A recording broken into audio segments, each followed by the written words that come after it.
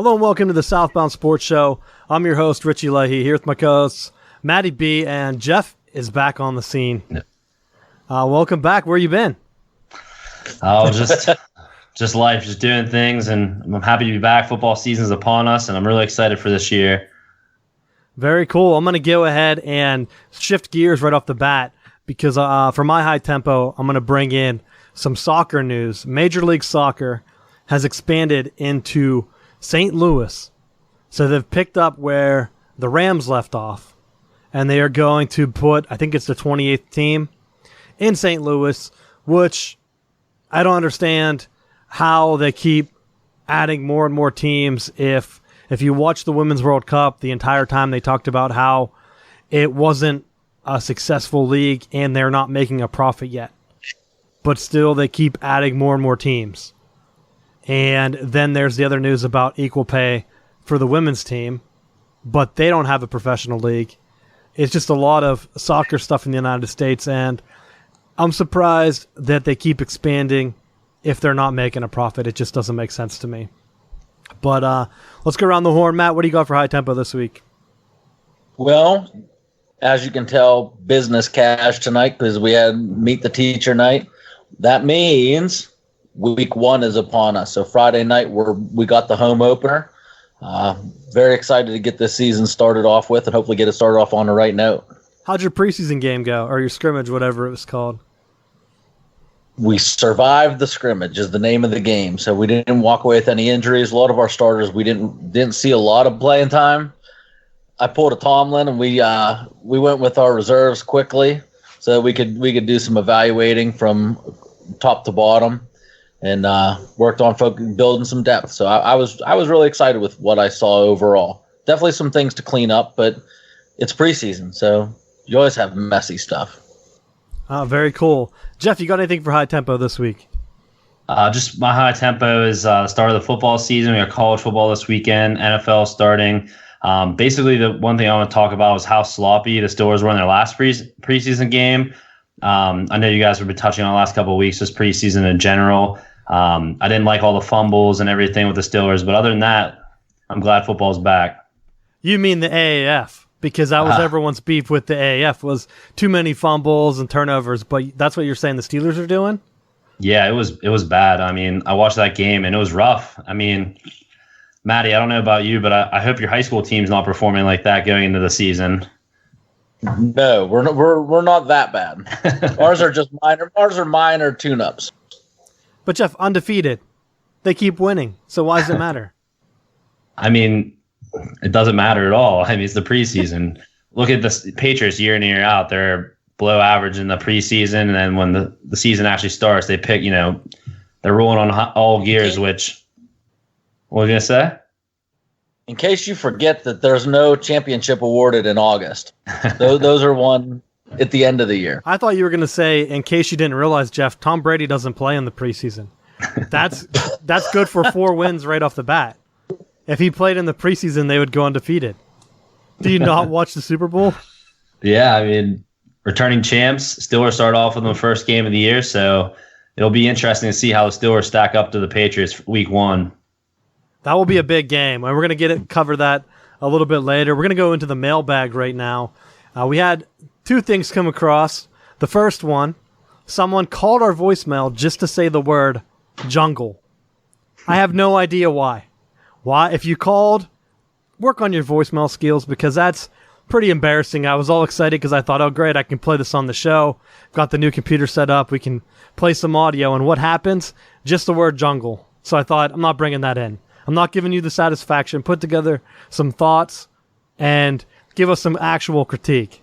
But my other mailbag question, Matt, I know you dodged it, but I'm going to make you answer it right now. Who are you cheering for on Saturday, Florida or Miami? I'm not cheering for either one. I will watch the game. You have to. I'm not cheering for either side. No, I don't have to. I'm an American. If you were gambling, communist. If you were gambling, who would you pick? If I was gambling, I don't know. What's the point spread on it? I don't know. Doesn't matter. Take Miami on it if you're gambling, because Florida's getting the hype. They're going to get the extra bump. from being in the SEC. I don't know that there was anything last year that showed that they were worthy of the ranking that they had. What are they at, 8 right now? Yep, I think they're at 8 in the AP. So they got they play Alabama and Georgia bump. So I would take Miami in that one. All right, cool. We're going to circle back around in college football here in a bit. Let's get on. Anything else you guys want to talk about in regards to the Steelers? My main things are Ben Roethlisberger hasn't played, and a couple of things annoyed me about that. Oh, actually, first, some people were giving me trash because of my fantasy football takes last week. And I want to say, if you thought that I was promoting Alvin Kamara, you're wrong. I'm not high on him either because he has an aging Drew Brees. I saw, I think the mothership, ESPN, what do they call themselves? The Motherload? I don't even know. They put together an article on how Drew Brees, throughout the entire regular season and into the playoffs, his stats got worse and worse and worse until they finally lost. So they were trying to say that pass interference wasn't the deciding factor. They were bound to lose with old Drew Brees. And I thought, no shit. This dude's like 40 years old. He's not Tom Brady. You can't just keep throwing. You're going to wear down throughout the season. And then I'm like, I wonder what Pittsburgh guys think of the Steelers so far. They're complaining Ben Roethlisberger hasn't played in the preseason. Did they not see Drew Brees break down last year? Did they not see any old quarterback? Ben Roethlisberger, he's fine. We just need to get him healthy into late December, into possibly, hopefully, the playoffs this year. So I don't care if he doesn't play in the preseason. Give the young guys some snaps because if history says anything, Ben Roethlisberger is going to get hurt or he's going to miss some time in the regular season. Our boy Landry Jones got picked up by the XFL, and he had a pretty good stat line in the NFL because he actually had to play when Ben Roethlisberger got hurt in the past. So if you're watching the games, who cares how many starters are out? They held out Devin Bush last week. A lot of people were concerned about that. It doesn't matter. The preseason games do not matter. I'm still liking Rudolph better as the backup. I haven't seen what I want to see from Dobbs. That's my main takeaway. But I want to get your guys' thoughts on the game. We'll start with you, Jeff. Mine are very similar. I like Dobbs, the pick out of Tennessee, but I don't think he's going to be the guy. I don't think he's going to be the back off. I believe Mason Rudolph looks like the more complete quarterback. Now, one thing I do really like about Dobbs is, his ability to run. But we see time and time again in the NFL, the running quarterbacks aren't the ones that succeed. And I know he has the athleticism. He can make plays, but I feel like Mason Rudolph's the more complete player. The one thing that really helped him, is his connection with his receiver from Texas Tech. Texas Tech. No, way off board. But his college quarterback, Oklahoma State. Oklahoma State. Oklahoma State. Yeah, my bad. The Big 12, gets a little confusing. But honestly, I like the way Mason Rudolph was throwing the ball, made some reads, made some touch passes, made some throws in the tight windows. I think he's going to progress and get better. Matt, what are your thoughts? I like Rudolph better. And I just don't think that with a full year in the system that Dobbs has shown enough. As a whole, I think people say, oh, well, it's sloppy play. Well, have you never watched Ben Roethlisberger quarterback? Like, he runs around and then chucks it deep. Like, he's the prototypical backyard football quarterback. So as people complain about what he does in the preseason, it's the same thing that he's going to do in the regular season. So he doesn't need to do that right now. And I think with Rudolph, he's similar build. He's similar arm strength that I think he's going to end up doing similar to what you're getting out of Roethlisberger in terms of production, in terms of the reads, and coming from an air raid style system. I think that helps him transition to more of the looks that the NFL is going to, where it's more of the underneath quick passes and drags, as opposed to what Dobbs is comfortable with was more of the zone read stuff that Tennessee was running. Yeah, I'm fine with either, I guess, but I'd really like to see Rudolph develop and just be the guy, the clear number 2. And if you have to cut Dobbs at this point, let him find another system, like Matt said. Try to get him into his own read. I would hate to see him land with the Ravens, but they're at least giving that type of system a go.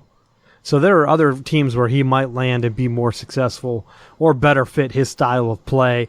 Carolina with Cam Newton's another one where he's not afraid to tuck it and run, even though in recent years he's pulled up more and tried to become a pure passer. I think Dobbs would fit well as a backup for Carolina. And you kind of just have to see. Rudolph's been extending plays. That's what I want him to keep doing.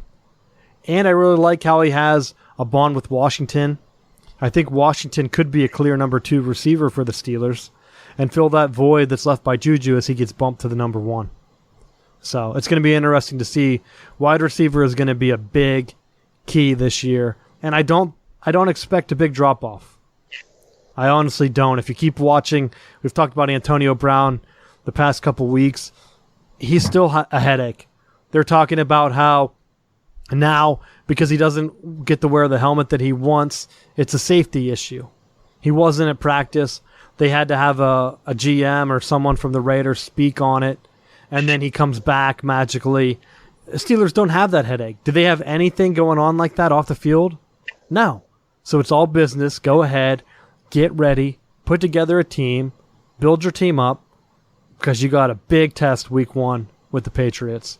I know you were out, Jeff. What are your thoughts on the Antonio Brown saga? Oh, man, it's crazy. I'm just so glad the circus is no longer in Pittsburgh. As we've talked before, and I know you guys, you hit on it, it's just refreshing to go into a season with no drama, no media circus. The Steelers are focused. You can see that. It's very apparent. I don't know how Antonio Brown's going to do with the Raiders this year. I mean, the whole foot debacle with that whole situation, the frostbite, now the whole helmet situation. But the one thing I will say, I don't think it was touched on much with the whole helmet thing. I think it was Mike Florio came out and said he kind of cleared up the situation a little bit. So that company or whatever basically didn't rate his helmet where it was allowed to be utilized this year on the safety concerns. So he went to Twitter, which is hilarious to me that he went and asked for someone to find a helmet that was within 10 years of he's only less than 10 years old. So he found the helmet, bought it, sent it to the company. They approved it, which not many people know. Then the NFL did their own evaluation on that helmet and said it was not safe. So the NFL put their foot in the ground hey, we're not messing around. We don't think this helmet's safe. You're not using it. So that was the one little tidbit of information I don't think was covered very well, that company, whatever, I can't remember the name of it, actually approved the helmet. But then the NFL put the stomps to it. But it's a circus. I don't think he's going to play that well this year. Derek Carr, that offense, I don't see it happening. Jeff, you need to calm down. Let me be devil's advocate here. Go ahead. What's that? What if he's doing all this circus stuff, as a ploy to take all the heat off how shitty the Raiders have been the last couple years? Oh, Matt, it's going to get worse because Gruden keeps opening his mouth about how they're happy to have him. It's going to be their week 1. And every time I hear a comment from him, I just think that the locker room's just waving goodbye. Because that's what's going to happen.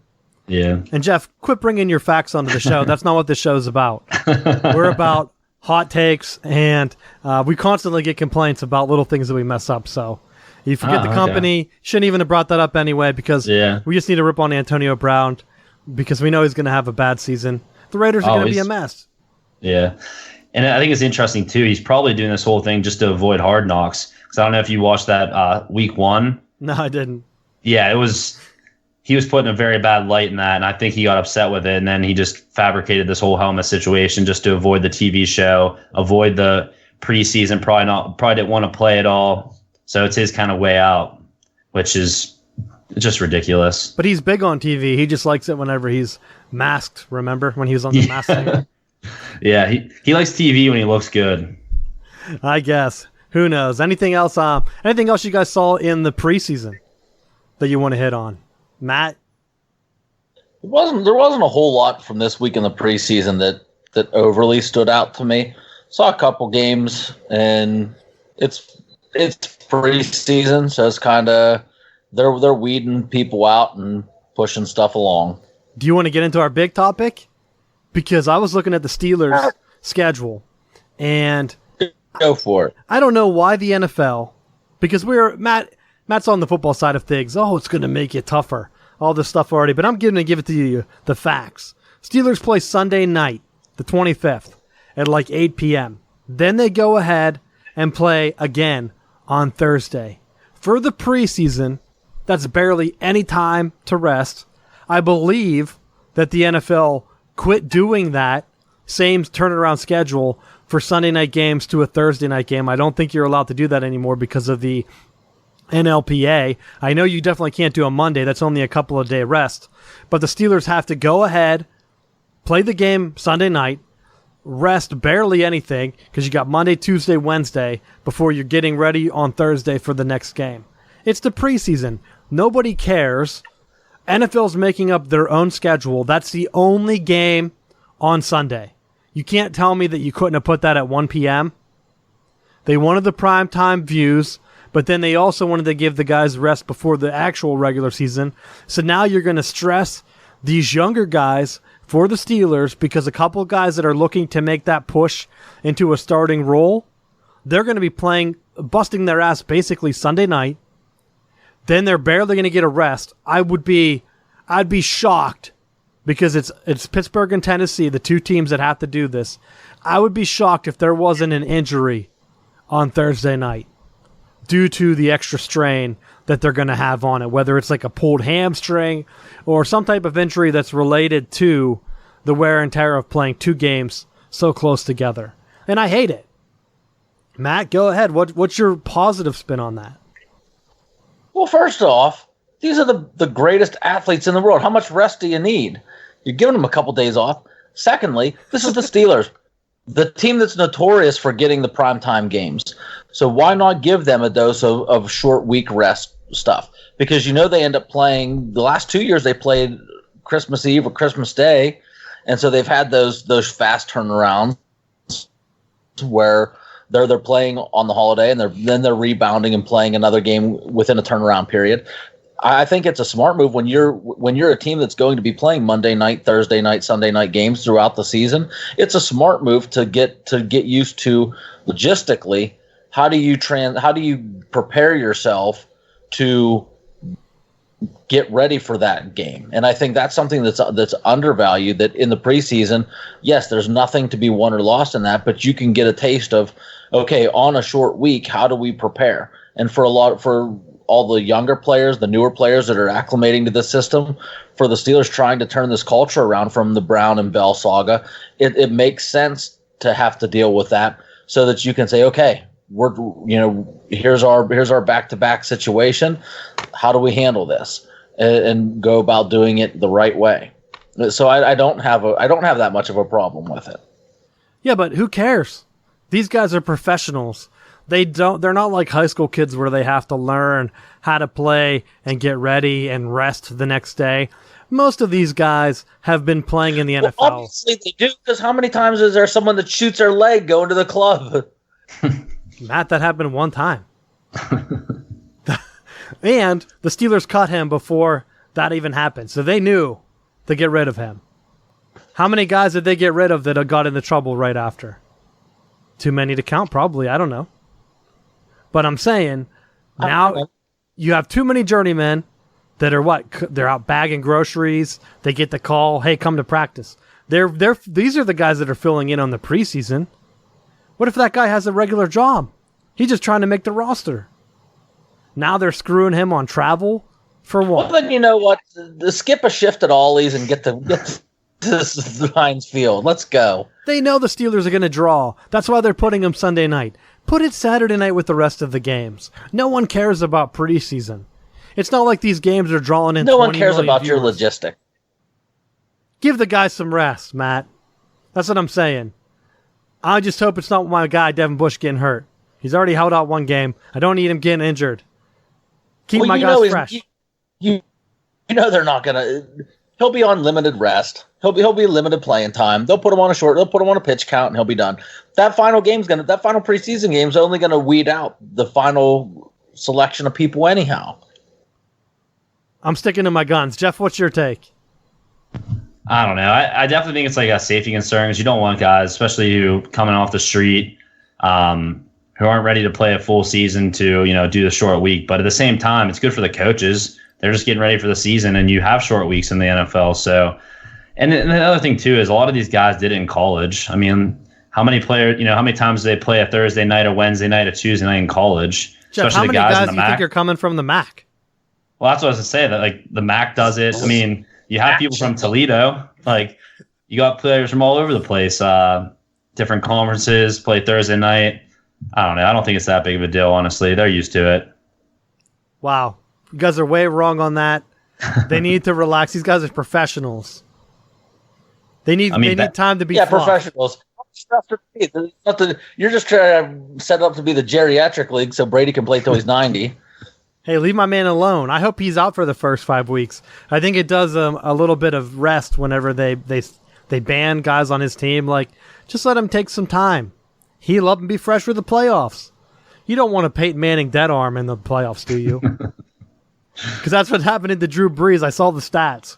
I know that if you're in a fantasy league and you draft Drew Brees really high, just be prepared that I saw the stats. He drops off at the end of the year. You don't have that if your guy's getting hurt, getting suspended, and then he's fresh.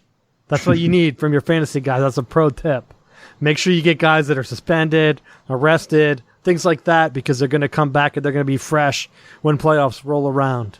That's my tip for the week. Anything else you guys got? Jeff, you got anything else for the preseason?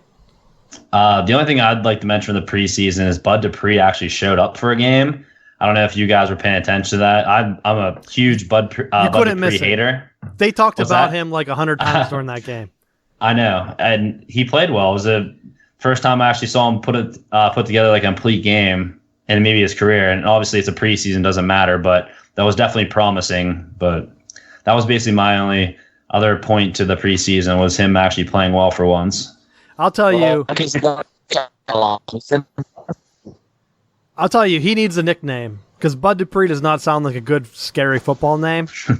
So they need to come up with something because the announcers were talking about him a good bit. And at first, I was like, I forgot that he was on the team, and I thought, oh my gosh, is this some kind of like new ad for a car dealership? And then I see him making a tackle. I'm like, oh, damn, he is playing good.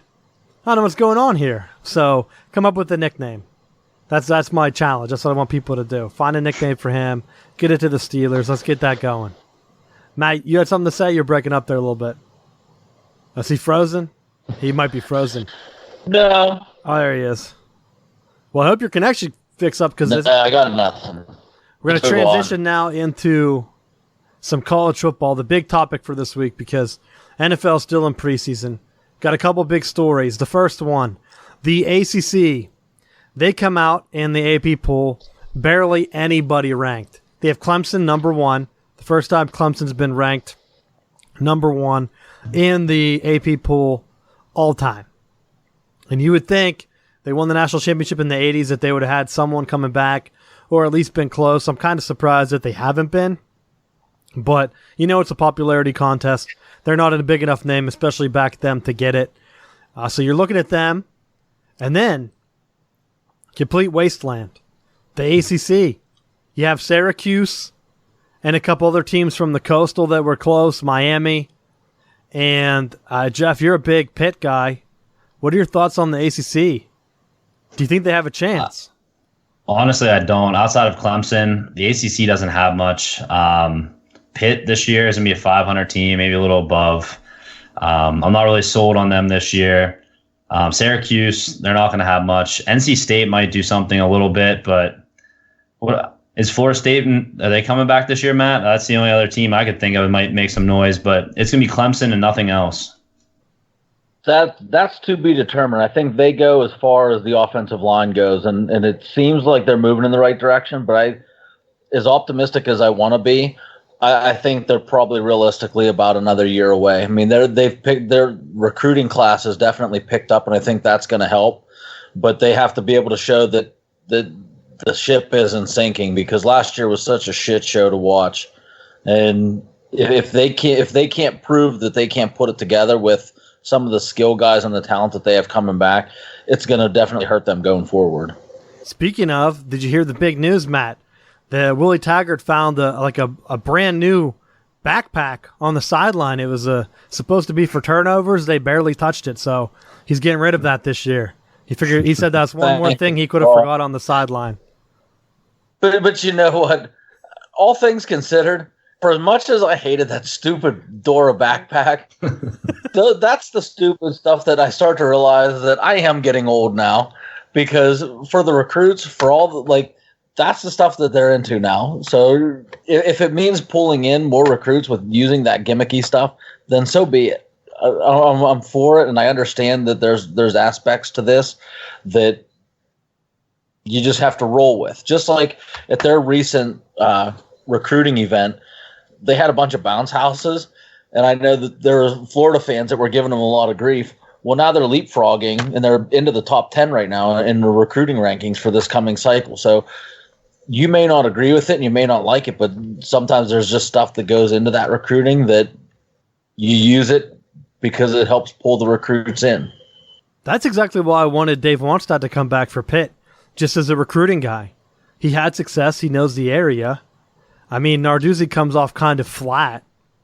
Whenever you're looking at him, he doesn't have like any quirkiness to him to bring in those big name guys. But Wannstedt got it done.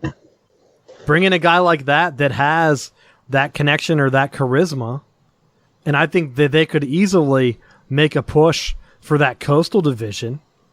I look down at a lot of people are picking Miami. I just don't see it. I would be shocked. They have a brand new coach. We don't know how well he's going to do, and they have a quarterbacking situation that is going to have some type of drama to it because they didn't name Tate Martell quarterback. There's rumors now that he's going to transfer, or he's going to shift to possibly wide receiver if he doesn't transfer out. You don't need that kind of headache as a first-year coach. You take that kind of big-name transfer if you're intending on playing him. You don't sit him on the bench. So why give yourself that unnecessary drama? You either liked his film enough that he's going to be the starter, or you didn't. Case closed. Now you got yourself a weird locker room issue. Even if the rest of the guys are all against him, you still have the media that's going to focus on that. So I'm not sold on Miami. I could see them get steamrolled by Florida. I'm not high on Florida, but I think Dan Mullen has done enough that he should be able to get that win. And then it's just going to push the ACC back even further, especially if it's a blowout win where Florida kicks Miami down. Then you're just basically Clemson fighting for scraps. But I think on the backside of that, though, you still have Virginia. Bronco Mendenhall came in from BYU, and he's had enough time now where the Virginia program is starting to get ahead of steam. You're starting to see some progress towards the end of the year, and I think that's a team that a lot of people are sleeping on. It's just if you're not an SEC team, you don't get a player bump, you don't get a team bump. So there's no benefit of the doubt. And I mean, to a certain extent, there are ACC teams in the past like Wake Forest that or even Duke that got a bump, and then as soon as they bump into the top, roughly 15, they end up losing to someone and it knocks them out. So I see why there's not as much love for the ACC, but I think don't rule them out because there's a chance that if with Kendall Browse, if for example, he gets his offense humming, the Florida State could end up coming in and potentially competing with Clemson. So if that were to happen, if they upset Clemson, you could be looking at Florida State running the ACC. Let's not get too excited there, but I did want to ask about Virginia because that was my sleeper pick. I don't even think they're a sleeper. I think they should be the favorite. They had a solid team last year. Do they have the brand name?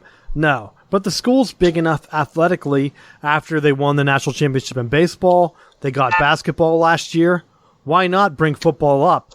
Once you start to build that program, this is the time to make that jump. I'm not high on Virginia Tech anymore. I don't know. Did Bud Foster, did he retire yet? This is his last year. I knew it came out. I didn't know if he did an unexpected one or I thought he was doing one more year. So they really have one more year with him, and then I think you could see a full transition where they fall off completely. But Jeff, what are your thoughts on Virginia? Do you think they could run the table and make a run at Clemson? Honestly, I'm not sure. I'll know a lot more week 1. Virginia actually plays at Pitt over the Labor Day weekend. It's a Saturday night game, so I'll know a lot more for the season that like the Pitt's going to have and Virginia in that game. I'm not sold on Virginia. I don't know if they can make a run or not, but like I said, I'll evaluate them first weekend, and I don't know. We'll see what happens. And then the other team would be Syracuse, but are they in that same division with Pitt and Virginia? I think they're in the Coastal too. ACC has the worst divisions. So they're in with Clemson and Florida State, right? Oh, quit being so miserable. Matt, their divisions don't make sense. You can't tell me that they do. They drew a squiggly line. I can't, but No, they had a kid that just took a map and they're like, hey, draw a squiggly. Yes, we'll pick one side and then the other side. Don't make it straight. You don't know. You don't know where teams are going to end up. Throw Louisville here, throw Syracuse there, throw Pitt there. Just do a north-south. I already talked about it. I think it would be beneficial for recruiting. You want to get Miami back. If you're able to wall off the north and south for recruiting, you screw over your north teams, but your other division's already screwed. So what's it matter? Then you would really be doing a favor and a pitch to Notre Dame if you say, hey, you're going to be in that north division. That division sucks. You can win it every year. I mean, you're going to play all your buddies, Pitt, Boston College, Syracuse.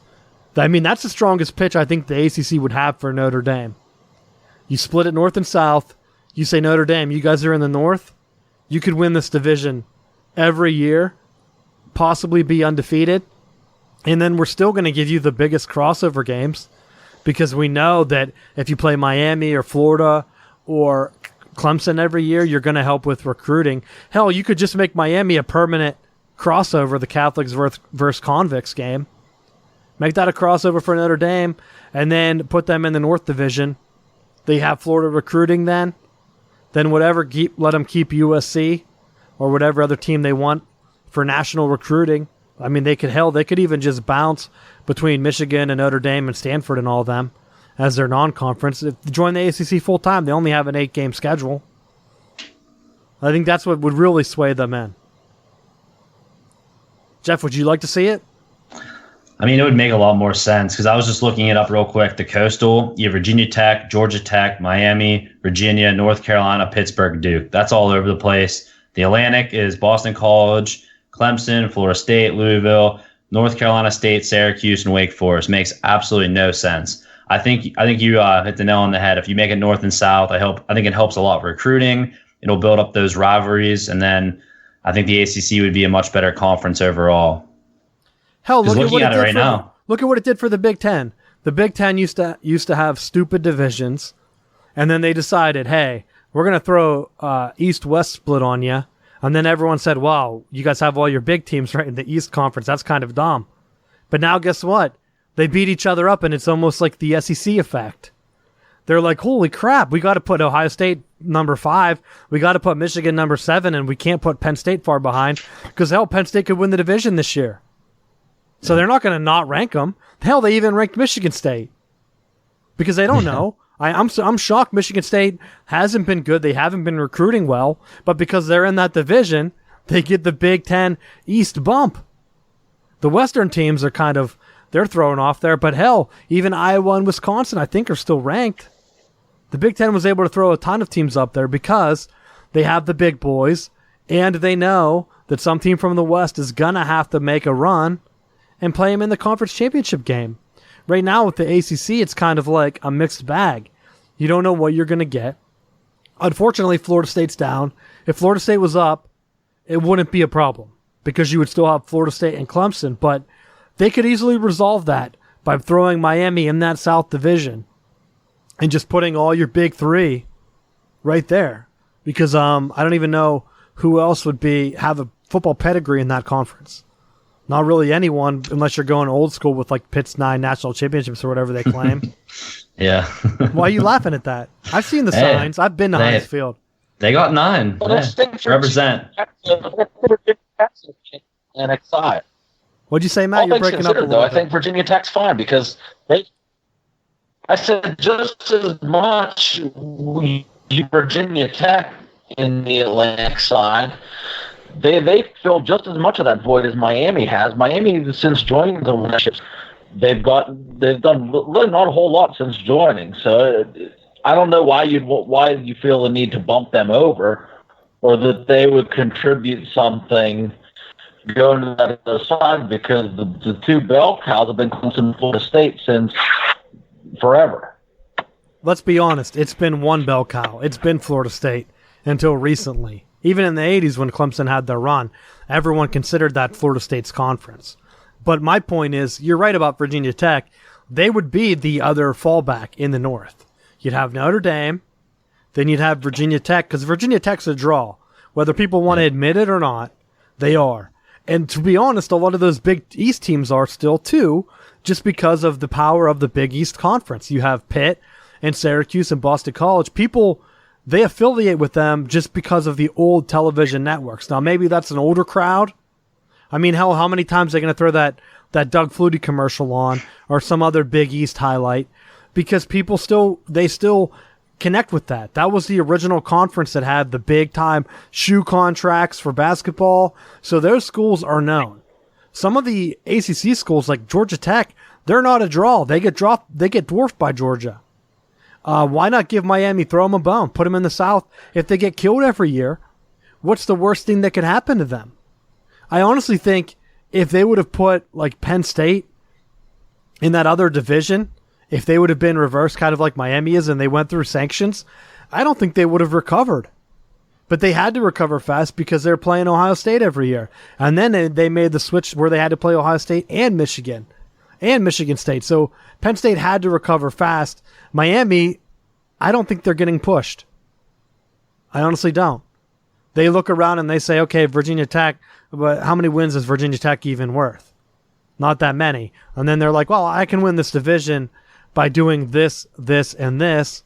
And then I think they get confident and they take a flyer on some guys recruiting-wise, and they're just not able to get it done.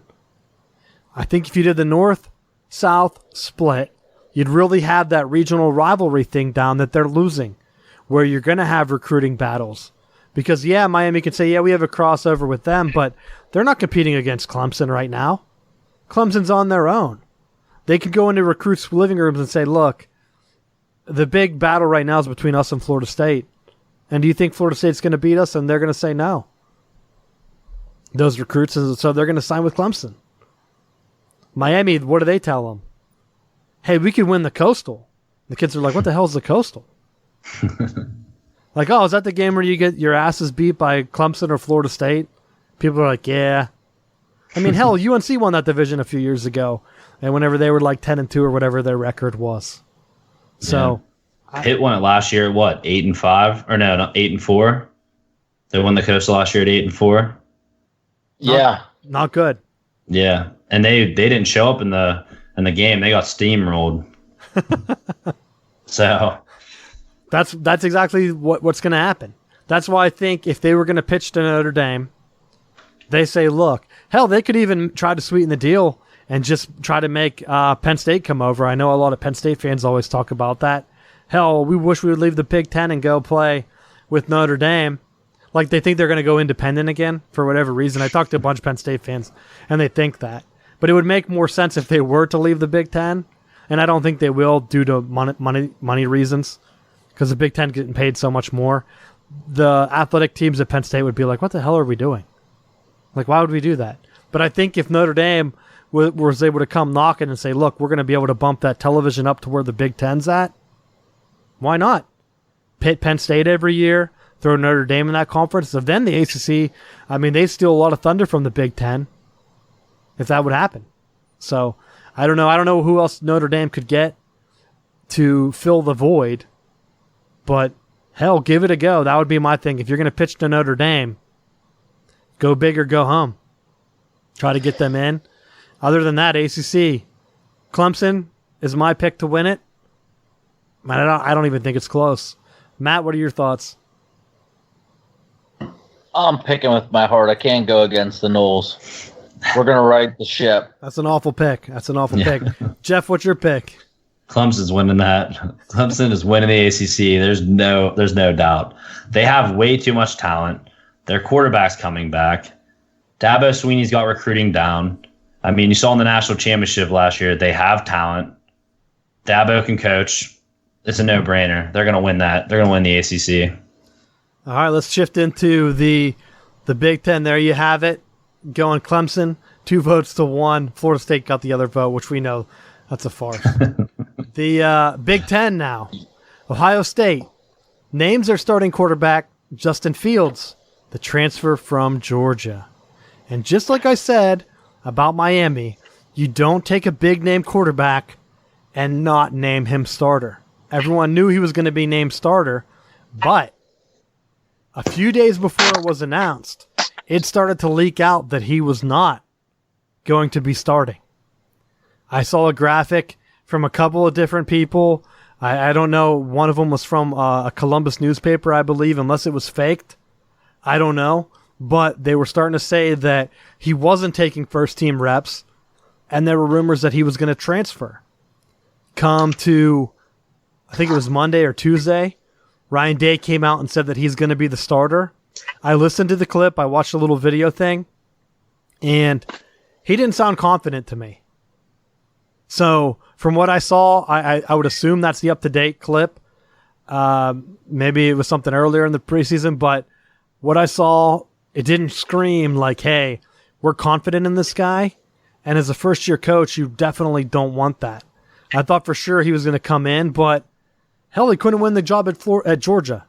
So if you can't win it at Georgia, you're going to transfer into another big school that's been recruiting just as well.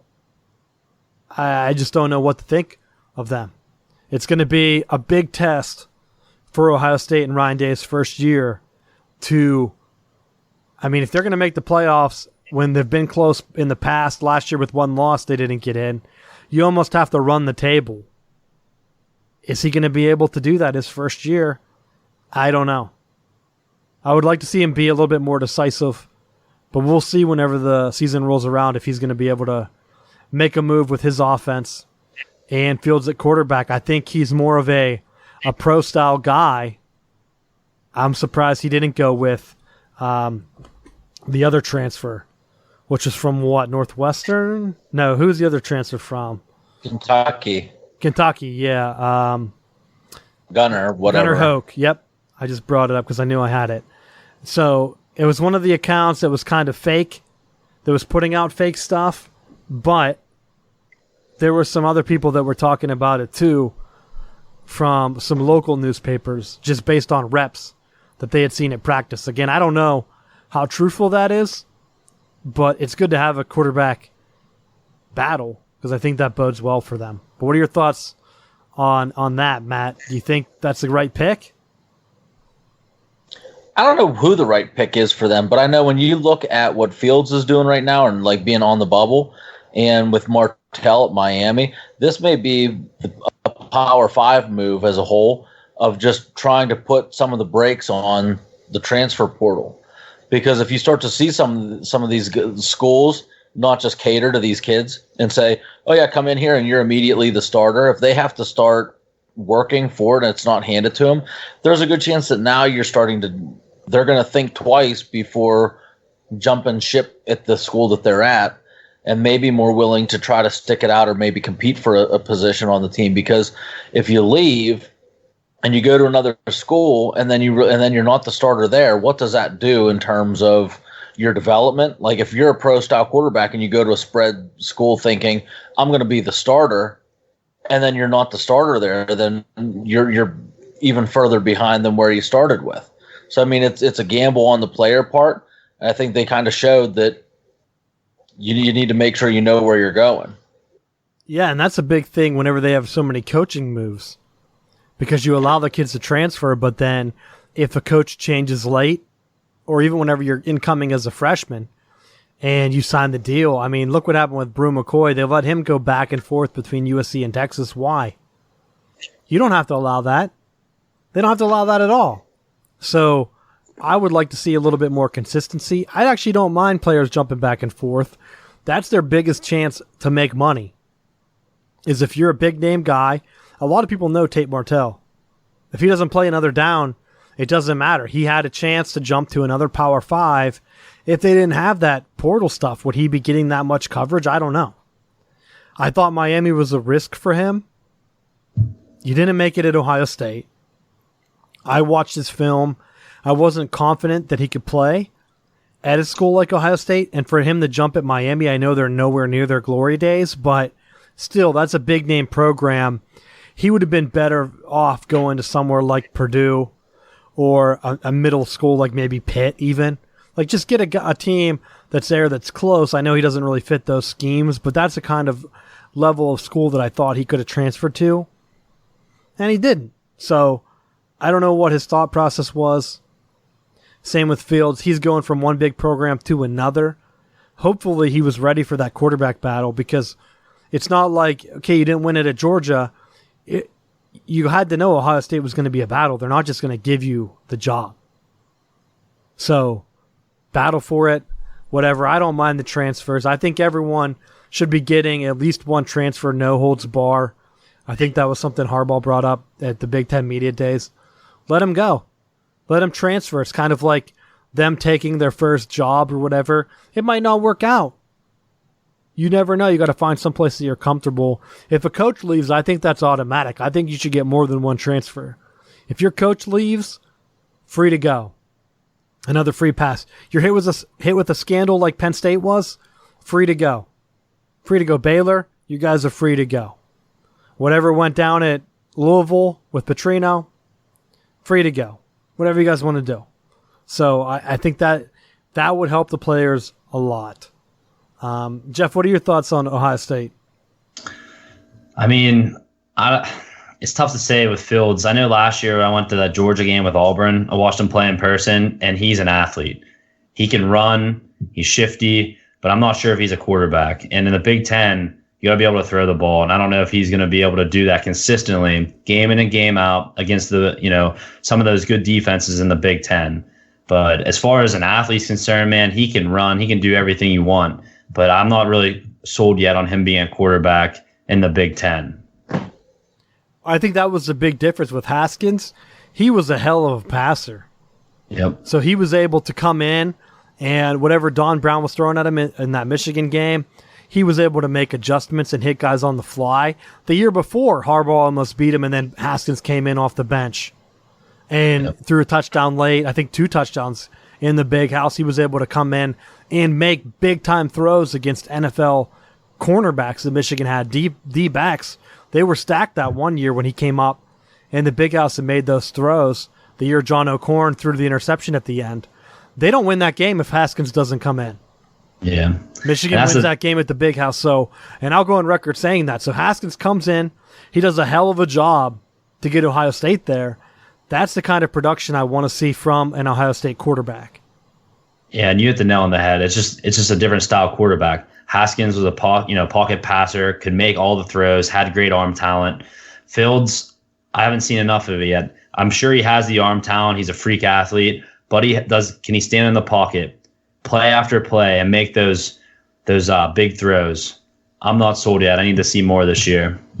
I mean, hell, look at what Urban Meyer won with. He was more for the mobile quarterback, even going back to Florida with Tim Tebow. Not accurate. No, he was able to run and get it done. Who did he win with at Ohio State? Cardell Jones. Yeah. It wasn't like he had a pocket passer. Anytime he had a passing quarterback, it wasn't really sure what to do with him. And I think that's why you had the blowout losses with Haskins against Purdue and whatever. You get in that situation, and without that running quarterback, he's not able to control the clock, and things can get ugly real fast. And so Ryan Day, if he's going to go to that more air raid spread type stuff, he needs a quarterback that can match that. Because you don't want to get in a situation where you're running your quarterback out of necessity and then he's getting hurt. I mean, hell, I watched Michigan go through that with Denard. Not good. So, well, that's what happened years ago with Braxton Miller. Yeah. He went down. He could run. He could throw, but he ran the ball way too much, and he went down, and then they were scrambling. Because when they won that national championship with Cardell Jones, he was the third quarterback. It was kind of like that next man up mentality. But luckily, they had Ezekiel Elliott. That was the big factor of that team. If they don't have Zeke, there's no way they win the national championship, in my opinion. Yeah, he was a beast. So, I don't know. Let's go back around before I get into the rest of the Big Ten. It came out, so Harbaugh has his little podcast, and he interviews Dave Brandon, the old athletic director, from when I had student tickets. And Dave Brandon, a lot of people know, he's the guy that kind of ruined Michigan, the experience at the games, because he made it corporate. He had I remember once he had like a Kraft mac and cheese thing where they had a gigantic like macaroni noodle there. They had Domino's. Whenever I was a student there, they would give you free pizzas. And you might be thinking, oh, that's pretty cool stuff. But not whenever you're driving up prices and making everything corporate. They're branding everything. That's whenever we did the Coke 2-for-1 giveaway. Hell, Jeff, you came with me to a game because at a certain point, they started to give student tickets for free. You could bring a guest in. Yeah. So we went out there. I took a bunch of people out. I brought someone to Maryland, brought someone to the Penn State game. Sad times. Luckily, we won like one of those. We beat Penn State, of all teams. Lose to Maryland when I go out there. Lose to Nebraska. I forget it. Yeah, we lost to Minnesota. Yeah. That was the concussion game. Dude, that was brutal. Yeah, that was... Oof. So Dave Brandon comes on, and he starts talking about the Under the Lights game. One of my best experiences in athletics of all time. The Notre Dame game, Under the Lights. Michigan won the first 2 times they played Under the Lights against them. I think Penn State was at... I didn't go to the first one, the Denard touchdown at the last second. I was at the other one, the second one where they beat Notre Dame pretty handily. And then I was at the third Under the Lights game, was the Penn State game. So that was their big thing. Michigan didn't play Under the Lights. The Big Ten always played at noon. He didn't play night games. So Dave Brandon brought that in, and he brought it up on the podcast. He said that ESPN actually paid to get lights installed at Michigan Stadium. They wanted a night game there so bad because if you follow Michigan, they've been playing one night game every year at home. Like I said, it was kind of spaced out at the beginning. You had Notre Dame, then you got Notre Dame again, then you got Penn State. Those are pure night games that start at like 7 o'clock or whatever it is, 7 or 8 o'clock. And man, I was shocked to hear that he got ESPN to actually pay for stadium lights for a stadium that they do what? They get used one game a year? Yeah. Before that, for the afternoon games, Michigan, I think they used to have temporary lights where if they had to bring them in the fall and turn them on, they would just rent them. So then, people that are listening to this, that's why ESPN's making so many cuts to their staff, because they're doing outrageous things like that. Why would you ever pay to install stadium lights? For what? What purpose? It had to be expensive. That's like millions of dollars, I would assume. Yeah. I mean, that is the biggest stadium. So you know that they have to need more lighting than normal. It's not like they picked a small field to just throw lights in. It's not like baseball where you just have 4 sets or whatever to light that up. You got to cover that whole bowl. Crazy. Crazy. I hear that, and I'm just like, wow, it makes total sense that he was able to get that deal done where he didn't pay, donors didn't pay. He just said, you guys want us to play at night? Pay for it. And they did. And they still do that one night game a year, although this year, I brought it up because it stood out to me. The night game is Middle Tennessee, the first game of the year. But they've talked about bringing one more this year, possibly Notre Dame again. They won't do Michigan State too late in the season, and that's probably a no-go. Michigan State, when I was there, they said they would never do a night game with Michigan State. It'd be too rowdy. And Ohio State, they'll never touch that game. That game's always going to be at noon. Besides that one game of the century, they pushed to 3:30. That was it. So I'm looking at them, though, going into the season ranked 7th. Ohio State's ranked 5th. I think Michigan, if they're going to make a jump, this is your year. But again, they have so many teams that are ranked. They play Army right outside the top 25 in the non-conference. They play, I mentioned Middle Tennessee State, not a big game. They have Notre Dame ranked. Then they have Michigan State, Penn State, Ohio State, all ranked. I think they play Iowa at home, also ranked. Half the schedule's ranked. A lot of them are at home. They have to travel to Wisconsin. I think that one's ranked. It's crazy. So, got to win the big games at home. They got to go on the road to Penn State. And so for my Big Ten prediction, I would say don't be shocked. I know it's earlier in the year, but don't be shocked if that Penn State Michigan game is the tie-breaking game. The last couple of years, it's been Michigan-Ohio State that's been the tiebreaker. Last year, if Michigan wins that game, they're in the Big Ten championship. Ohio State gets them, though, and Ohio State takes it. So don't be surprised if that tiebreaker comes down to that Michigan-Penn State game. Because that's going to be the one where Ryan Day, if he doesn't bring it and Fields struggles, Penn State's going to beat him. I think Penn State, this is Franklin's year. They struggled last year. They've had some in-game issues. They've struggled going on the road to Michigan. Last 2 times they've went to Michigan, they've got pasted. They cleaned Michigan's clock at home last time, so they're getting them at home again. You know it's going to be a night game. You know that's going to be their whiteout game. Just like I can predict Michigan's night game's probably going to be Notre Dame again. Yep. You know that's going to be the whiteout game, and that's going to be a gigantic game. Michigan could slip up. They could win all the home games. They could finally beat Ohio State. And if they lose on the road to Wisconsin and Penn State, hell, that's a tiebreaker, like I just said. I just don't know if I'm confident in Ryan Day. I know a lot of people said he looked good last year, but Urban Meyer was there. And TCU made some adjustments to make that a game earlier in the year. And Ryan Day didn't have a good game plan against Purdue. So I'm going to say that if anyone's going to win, I'm not confident in Michigan. I think they finish second again.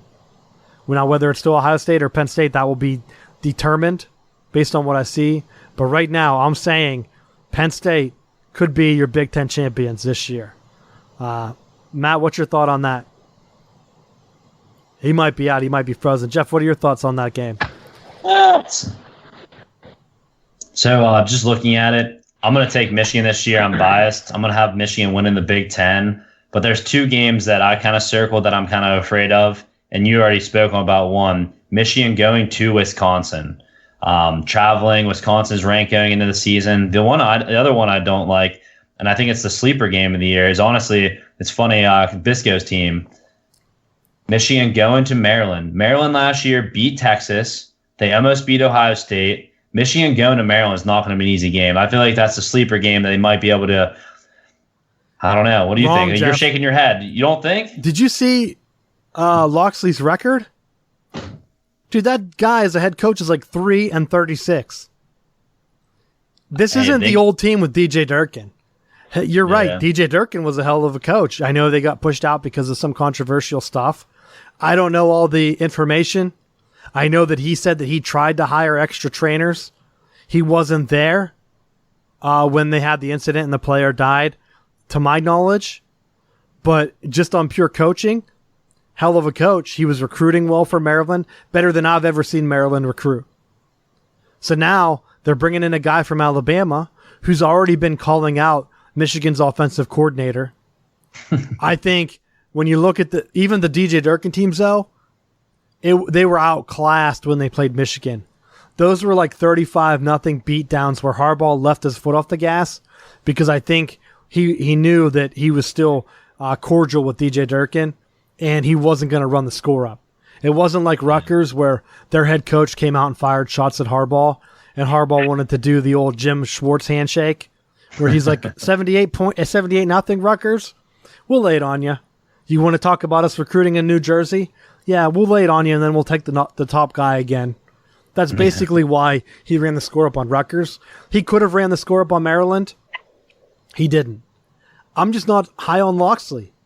If you have to come out and say that you're the guy that ran the Alabama offense, you called the plays, that's insecurity on your part. Yeah. Why would he care what the other guy says? You're both co-offensive coordinators. If it meant that much to you, just tell Nick Saban you don't want a co-coordinator. I mean, what the hell? Oh, yeah, tell Nick Saban what you want to do. That'll go over real well. Matt, did you see Nick Saban, how he hasn't won a national championship lately? Maybe if he was keeping these guys around instead of having his cavalcade of coaching misfits out back, DJ Durkin included, Rich Rod, whoever else he has back in that mansion. Yeah, Rich Rod's there now. It seems like he's had every single coach in America on his unpaid staff as grad assistants. All I'm saying is if Loxley was a hell of an offensive coordinator, Nick Saban would have kept him as the solo offensive coordinator. There wouldn't have been a coach. No, because he pushed so many other people out, and he's seeing so. I think part of him doing co-offensive coordinators is also a preventative thing because he won a lot with Lane Kiffin as his OC, and then when Kiffin left, it was like they went. Kiffin left, Sarkisian took over. From Sarkisian, it went to this duo now. It's like they progressively had to keep their. It's a constant revolving door of who's in, who's out. That if you name co-offensive coordinators, if one leaves, you still have one left. But in this situation, they both pieced out, so he's still no further ahead. Well, if you follow the trail, like you said, he knew Loxley was probably going to leave, so he did name Gaddis offensive coordinator. What he didn't expect was Gaddis was supposed to follow Loxley to Maryland until Harbaugh called him. And so it's kind of like when you're talking about poaching coaches, you don't turn down one of the big boys. You don't turn down a blue blood school to go coach at Maryland as your offensive coordinator. If one of the big boys calls, you're taking that. So just in terms of prestige, money, if you're successful there, you know you're going to get a shot at being a head coach. If you're successful at Maryland, what? Then you still have to take that extra step of going to one of the big boys to get credibility. But you know what? He could have been cited. No, but look at what Matt Canada did. He was really successful at Pitt. Who? He took the big money job at LSU. The guy that beats Texas. Yeah, he got screwed. That's what I'm saying. Who? People don't know that. He took the big boy job with the big boy money, and what did he do? He got his ass fired after a year at LSU. Ogeron got hired, ran him right out of town. I think he was a scapegoat there, though, because he did well at Maryland, and you're right. He put together a game plan to beat Texas not once. Was he there for both? Because he beat Texas twice. He was the head coach when they played Texas this past year because Durkin was under suspension. And he was great at Pitt. I mean, he was great for Pitt. I think what he made the mistake was he thought that LSU was one of the big boys. LSU's not one of the top programs. It's not a Notre Dame. It's not a Michigan, Ohio State, Texas, Alabama. It's not. I mean, you can pretend it is, but yeah, they win a lot. But are you going to clearly pick them as a serious contender against Alabama this year? No, you're not. They're not a contender. And have they ever been able? LSU is more of a contender than Michigan. Who? LSU. They're in the same boat. LSU more of a contender. Why? Michigan's done nothing. They can barely win their own division, let alone compete on a national level. But that's the same thing you can say about LSU. They've won a national championship in my lifetime. So is Michigan. Contested. So is LSU's, isn't it? No. It's outright with Saban and Jimbo. What year was that, though? That beat Auburn, right? That was the Cam Newton year? 2009-ish? I thought there was still controversy. I thought there was a Utah team that was undefeated or something like that. I don't know. There's always some kind of speculation. Yeah, because they don't have a real playoff. That's what I've been saying. Put in a real playoff, and then we'll know what the real champion is. So we don't have to think back and say, who else was undefeated that year? Or great. Who else should have been watch Ohio State play in it again. Hey, if you expand it well enough, every team will be in. Just like the basketball tournament. Just put every team in. Then we could say Michigan's a playoff team. Hey, that's what they're doing for basketball, baby. They're going to let everybody in. You'll be glad. What's You'll wrong be glad with whenever you? Florida State gets that call up. Hell, what if Pitt would have won the ACC championship last year? in it. What if Pitt would have won the ACC championship last year? What would they have What got? if you smoke crack? They would have got a pat on the back. They'd have got a pat on the back. Hey, good game, guys. Yeah. They wouldn't have got into playoffs. No, they wouldn't have. It would have been awful. Yeah. So, I don't even know. Why are we on this tangent? LSU is a... Because you tried to say Michigan was going to compete for a national championship, and they can't even compete in their own division. I did not. I was talking about Nick Saban and Loxley leaving, and you brought up Matt Canada going to LSU. I said, LSU, Matt, when are they known for their offense? 0 years. Tell me 1 year. Give me a year where their offense was awesome. And you're like, as an offensive coordinator. Jamarcus Russell. That was not an awesome offense. Why wasn't it? They're always known for their defense. You don't even know. You're just making stuff up at this point. Wasn't Jamarcus Russell? Didn't he lose to Iowa that game? They lost the bowl game. It was Nick Saban's last game. One of those years he won it. What the hell? You think they're so fast? How come they can't beat Iowa in a bowl game? That's a slow, plodding offense if I've ever seen one. What's your guys' picks for the Big Ten? Jeff, we'll start with you. I'm taking Michigan. I'm a homer, pick. but I'm taking we always Michigan. Finish second, bro. Matt, what's your pick? I'm going to go with Nebraska. Scott Frost is going to tear it up because he's going to put that offense together, going to creep up under the radar. I had that in my notes because why are they ranked? A big side. Matt, they haven't been recruiting well. Why are they ranked? Because it's Scott Frost. Because everyone just loves him. No, because we know the media counts that as a national championship. They might not want to admit it because they don't want to make Nick Saban mad because they don't want to lose their Alabama access. But the only reason he's ranked is because he won that national championship. I'll say it.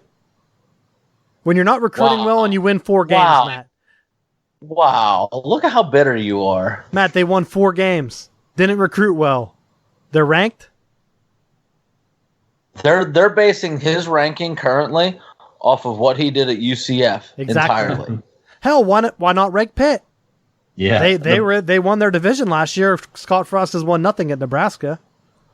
Yeah, Wisconsin, Iowa, and Northwestern are all better than Nebraska. Like Northwestern's way better.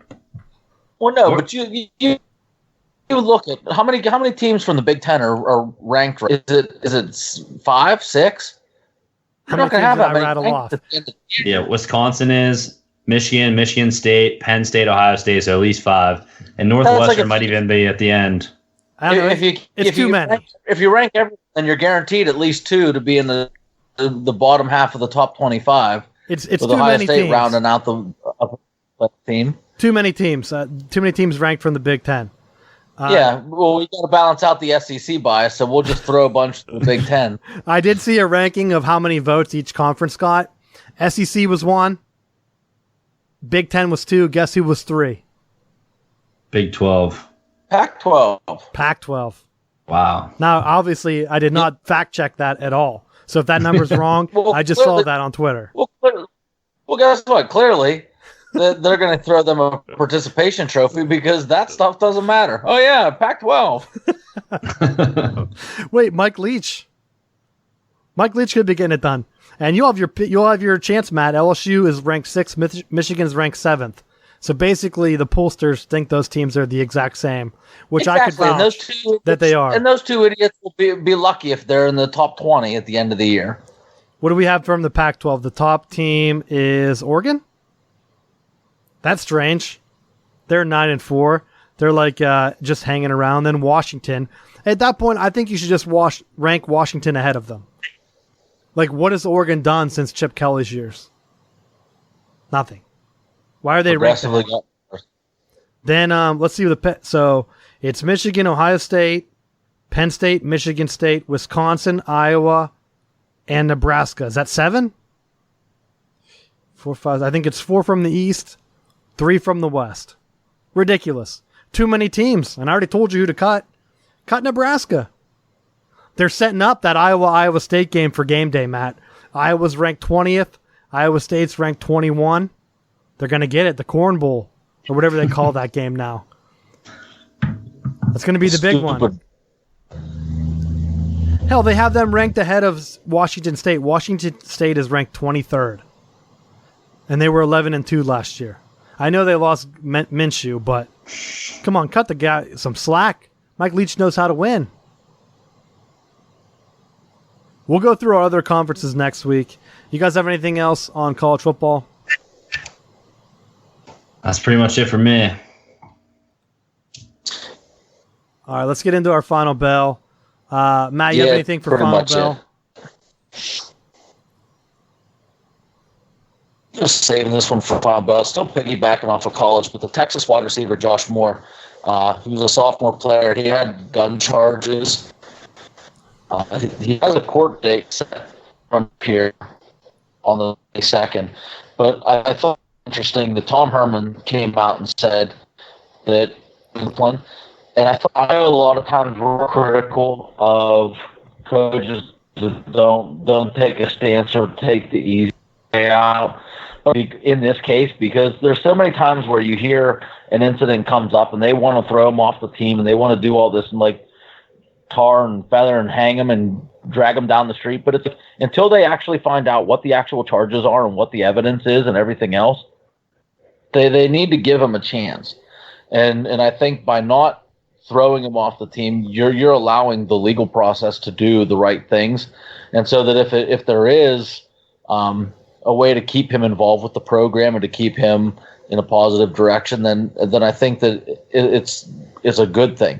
I would hate for that to be my son in that situation and have the university throw him off the roster and everything else, and then come to find out that it wasn't the case. So you were fuzzy there for the beginning, so I don't know if people heard, but Texas wide receiver got caught with, I think he was an unlicensed gun or something. He was carrying it, which I didn't get enough information. I don't know if he was open carrying it or if he had it concealed, but either way, they arrested him. People were calling for him to get kicked off the team. Tom Herman said, let's wait and see. And I'll be honest, I could be critical of coaches, but at that point, you don't know. Just let the legal system do their job. It's not like he got busted and they said, oh, the University of Texas is going to throw together a kangaroo court and then roll on it. Like they actually letting law enforcement do their job. And there's a clear case up in Wisconsin that just happened. A wide receiver was accused of some type of assault. I thought it was like sexual assault or something like that. And everyone talked about getting him kicked off the team. I think he was kicked off the team. Wisconsin kicked him out of school, I believe. They go to court. No charges, nothing. Whatever, I don't know what the case was, but now he's back at Wisconsin. So they got the mob after him whenever the initial report came. But with the social media today, everything is now you're guilty right away. Yeah. When it's built on innocence first, nobody is getting the second out. And it's crazy to me. Because once the initial mob happens, you see it in newspapers all the time. They print the retraction, but it's on like page 32 of the newspaper that nobody reads. So then you never actually see. You just see the big headline, player kicked off or kicked out of Wisconsin because of an assault or whatever the charge was. And then it never happens anyway. So, I mean, these are kids. And then you have all the other situations going on. It is just crazy how some of the universities handle stuff internally, like Michigan State and Ohio State, and now they're under scrutiny. And there could be real legal charges. I think that one lady from Michigan State got fined like $1 million or something like that. So you got to be, it got to be separate. So I applaud Tom Herman. Let the court do its thing and then make your decision.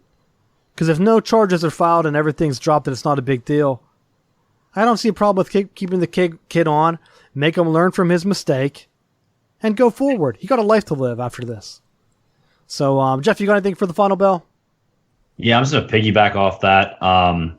We have a legal system for a reason. Sometimes these universities have knee-jerk reactions. Just calm down, let the legal system do their thing, like it's there for a reason, and then make the appropriate course of action afterwards. Once you get all the facts, like these are kids at the end of the day. Like most of them 18, 19 are making these, poor decisions. Let's find out all the facts of the story before we make any decisions. But yeah, it's kind of all I have with that. The one thing I did want to mention, final bell, I saw something earlier today. I don't know all the details with it, but it looks like Andrew Luck is not going to be ready to start week 1. That'll be interesting for the ACC South if he's not able to play starting off the season. So I don't know if you have any more information on that, but that was my final bell. But wasn't Andrew Luck the only reason Jim Harbaugh was successful at Stanford? Everyone thought he was the Iron Man. They thought he could get it done. I'm not shocked at all if he's injured. He's been injured his whole NFL career. Sad to see, but that's what happens whenever you get drafted by a team that doesn't build its offensive line first. Yeah. And you're hung out to dry. I mean, career completely wasted. I would have loved to see him. I mean, could you imagine if he was like at Pittsburgh or somewhere as a young quarterback, even just to be initially taught the game as a backup, kind of like Aaron Rodgers was, where they can kind of guide him along. He's thrown right in the fire, and he's injured all the time. Yeah. I mean, at this point, I wouldn't be shocked if he just hung it up. Because why put your body through that every year? Everybody already knows who you are. You made a ton of money. Just walk away. Do the Barry Sanders. Walk away. Yeah. Yeah, it's unfortunate because you put it perfectly there. That's the first thing I thought of, the Packers situation. If he could have came into a team, learned a little bit more, molded as an NFL player, but he got thrown into the fire. It's unfortunate. It works for some players, but realistically, if you're thrown into the fire and the team doesn't have a solid core, you're going to get beat up. Yep. I mean, you see it all the time, a lot of these young guys that just get recycled, and then some of them just seem to stick around forever. Hell, Chad Henne was quarterbacking. He's still in the league as backup for the Chiefs now. Not a lot of people would have guessed that after he was, at Miami for a while. Get in that situation, probably I don't even know if he's ever been injured. So some people just don't have the luck. Sorry to say that's like a weird bad pun. But you can go to our site, southboundsports.com, in time for football season. It's coming up soon. Going to get some football stuff out there. So check it out there. Download the show. Make sure you subscribe. If you want to support the show, you can click on our Amazon link there. And any purchase qualifies to help support the show. We'll get a cut of that if you make a purchase after clicking on our Amazon link. And I think that's pretty much it. Wraps it up. Just wanted to circle back, Matt, about LSU. Michigan, basically the same program, except Michigan has most all-time wins and the best winning percentage. So practically a champion of all time. And I put out there, if you go to our Twitter, S-Bound Sports, someone put together the point differentials of all time. So not just wins and winning percentages. How bad are you kicking ass? And guess who has the best point spread? Michigan. You don't do that with poor offenses like they have at LSU. You just don't have that. You do that with Hall of Fame quarterbacks like Tom Brady and lineage like that. So that's how I'm going to end the show. Just think of Steelers winning it all, undefeated in the preseason. Now, of course, they're going to get hurt because they have 2 games back-to-back. And unfortunately, I'm just going to be praying our guys make it safe. So thanks for listening, and we will see you next week.